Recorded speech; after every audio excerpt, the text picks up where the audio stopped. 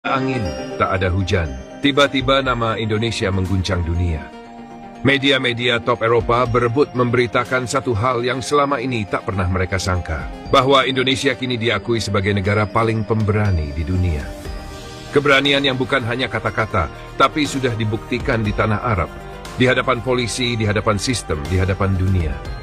Bahkan para pengamat Eropa sampai menyebut bangsa ini tak bisa ditekan, tak bisa ditaklukkan. Inilah bangsa pemilik nyali nomor 1 di muka bumi, di dunia. Indonesia, negara yang dulu mungkin sering diremehkan, kini berdiri tegak di mata dunia. Bukan karena teknologi, bukan karena senjata, tapi karena satu hal, nyali.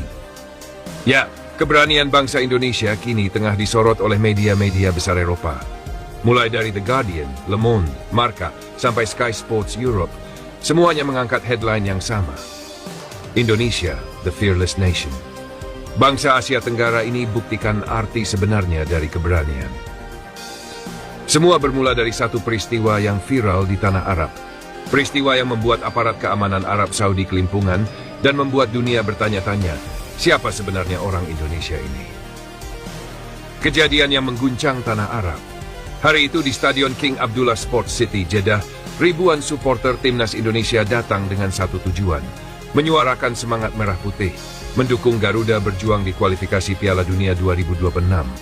Namun yang mereka temukan bukan sambutan hangat, melainkan diskriminasi dan perlakuan tak pantas.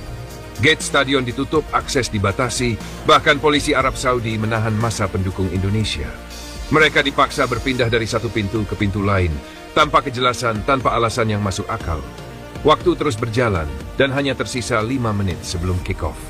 Tapi ribuan supporter Indonesia masih tertahan di luar stadion.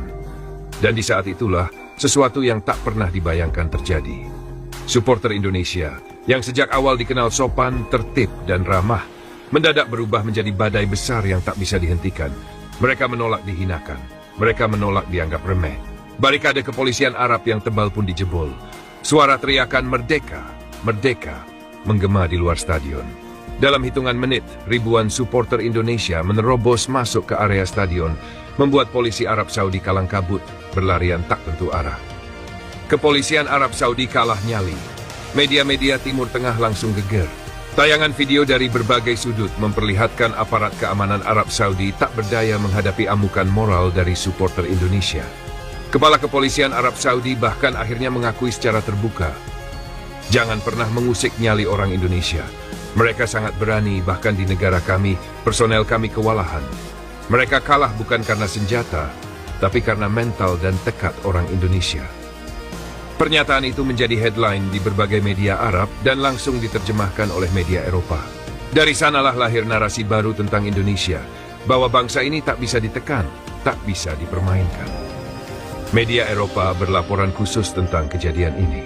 The Guardian menulis panjang lebar, ketika bangsa lain takut melawan otoritas asing, Indonesia menunjukkan bahwa keberanian sejati bukan soal kekuatan fisik, melainkan keberanian mempertahankan martabat. Sementara Bild Jerman menyebut, mereka datang sebagai supporter, tapi bertindak layaknya pasukan elit. Dan Marca Spanyol bahkan menulis judul besar di laman olahraganya, Indonesia, negara dengan mental baja dan nyali tak terbatas. Video aksi supporter Indonesia di tanah Arab menjadi viral di Eropa. Di TikTok, klip berdurasi 15 detik yang menampilkan momen penembusan barikade sudah ditonton lebih dari 120 juta kali hanya dalam 2 hari. Hashtag Indonesian Bravery pun memuncaki trending dunia. Pengamat Eropa anggap Indonesia bukti kekuatan moral dunia timur. Tak sedikit pengamat politik dan budaya di Eropa yang mulai menaruh perhatian besar terhadap Indonesia. Pakar geopolitik dari Jerman mengatakan dalam wawancara eksklusif, apa yang ditunjukkan masyarakat Indonesia bukan sekadar fanatisme olahraga, itu ekspresi nasionalisme sejati. Mereka mengajarkan bahwa martabat bangsa tidak boleh diinjak siapapun. Sementara analis asal Prancis, Jean-Luc Marcet, menambahkan, bangsa ini memiliki harmoni unik antara kelembutan dan keberanian. Mereka bisa tersenyum ramah, tapi saat diinjak martabatnya, mereka berubah menjadi singa. Mengapa Indonesia disebut macan Asia? Kini dunia paham, mengapa julukan macan Asia yang dulu sering terdengar bukan sekadar kiasan. Di tanah Arab, makna itu hidup kembali. Ketika banyak negara hanya bisa berdebat di media sosial, rakyat Indonesia justru bergerak di lapangan nyata. Tak ada yang memprovokasi, Tak ada skenario politik. Yang ada hanyalah rasa cinta pada bangsa. Dan dari kejadian itu, orang-orang Arab mulai mengubah pandangan mereka terhadap Indonesia. Dulu, Indonesia hanya dikenal sebagai negara pekerja, negara wisata, atau negara yang ramah. Kini, Indonesia dikenal sebagai negara bermental baja, negara paling pemberani di dunia. Kepolisian Arab Saudi gelar evaluasi besar-besaran. Setelah insiden itu viral, pemerintah Arab Saudi langsung mengadakan evaluasi nasional. Kepolisian diminta menjelaskan mengapa ribuan orang bisa menembus sistem keamanan stadion. Banyak media menulis, bagaimana mungkin hanya supporter bisa membuat aparat Arab kewalahan. Sebagian warga Arab Saudi bahkan secara terang-terangan menyindir di media sosial. Open quote, kalau orang Indonesia saja bisa menembus barikade, bagaimana kalau tentaranya datang? Close quote. Ungkapan itu viral dan memicu gelombang diskusi besar.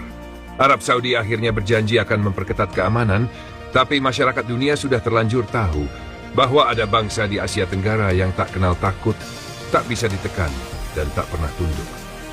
Dari lapangan ke layar dunia, Indonesia jadi simbol keberanian baru Asia. Insiden di Jeddah hanya satu contoh, tapi resonansinya mengguncang seluruh dunia olahraga. Banyak pengamat mengatakan bahwa kehadiran Indonesia kini bukan sekadar pelengkap di peta sepak bola Asia.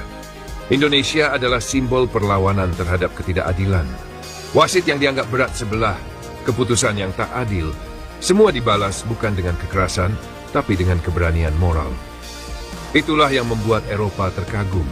Bagi mereka, bangsa seperti ini langka, bangsa yang masih menjunjung kehormatan di atas segalanya. Media Timur Tengah pun tak bisa menutup mata.